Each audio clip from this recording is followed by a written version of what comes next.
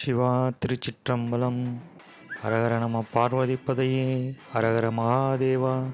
தென்னாடுடைய சிவனே போற்றி, எந்நாட்டவர்க்கும் இறைவா போற்றி. ஓம் நம சிவாய. அனைத்து ஆன்மீக நண்பர்களுக்கும் வணக்கம். நான் உங்கள் குடியாத்தம் தாமோதரன். இன்று நாம் பார்க்க இருக்கும் ஆலயம் அமிர்தலிங்கேஸ்வரர் சுவாமி, ஒரு சித்தர் ஜீவசமாதி. அமிர்தலிங்க சுவாமியினுடைய ஜீவசமாதி.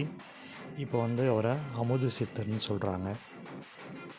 இந்த கோயில் எங்கே இருக்குதுன்னு பார்த்திங்கன்னா, நம்ம வேலூர்லேருந்து பாகாயம் போகிற ரூட்டில் ஒரு 6 கிலோமீட்டரில் இருக்குது. சாய்நாதபுரத்துக்கு முன்னாடியே வரும், ஒரு கிலோமீட்டர் முன்னாடியே வந்துடும். அந்த ரோட் சைட்லேயே பார்த்திங்கன்னா ஒரு மைரோ மோட்டர் டிவிஎஸ் மோட்டர்ஸ் இருக்கும்.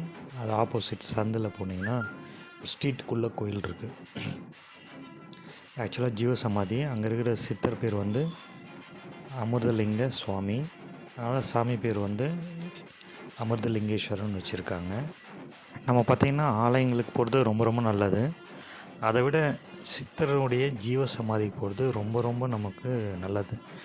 நம்ம சிவனே நம்மளை தேடி வர்ற மாதிரி அங்கே சித்தர்னுடைய அந்த ஜீவசமாதியில் அவருடைய ஆன்மா அங்கே தான் இருக்கும்.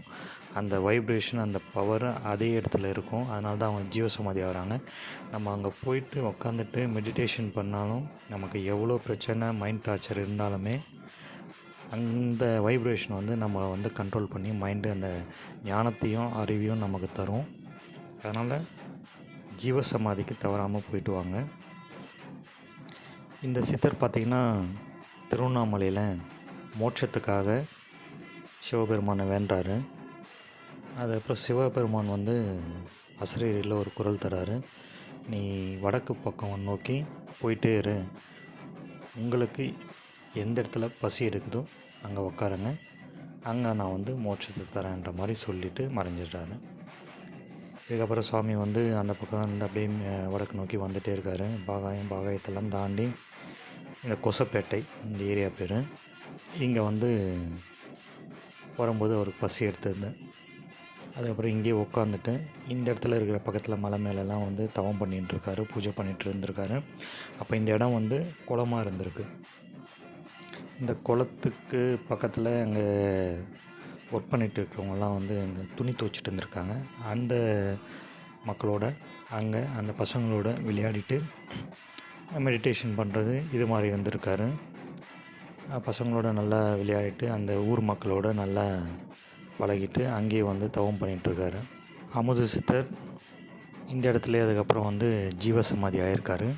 அதுக்கப்புறம் இங்கே கோயில் எழுப்பியிருக்காங்க. அந்த இடம்தான் சுவாமி மேலே சிவன் வச்சுருக்காங்க. சுவாமி பேர் அமிர்தலிங்கேஸ்வரன் வச்சுருக்காங்க. சுவாமியை சாட்டை அமுது சித்தர்னு சொல்கிறாங்க. நிறைய பேர் இங்கே வராங்க இந்த கோயிலுக்கு.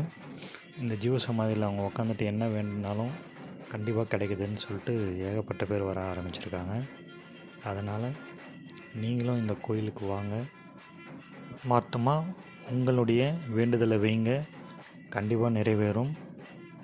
அதுக்கப்புறம் இங்கே ஜீவசமாதியில் பார்த்திங்கன்னா சித்ரா பௌர்ணமி அன்னைக்கு சுவாமிக்கு குரு பூஜை நடக்கும். அன்றைக்கி விசேஷமாக நடக்குது.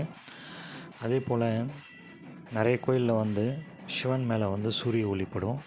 நிறைய இடத்துல ஜீவசமாதி சித்தர் இருக்கிற இடத்துல சூரிய ஒளிப்படாது.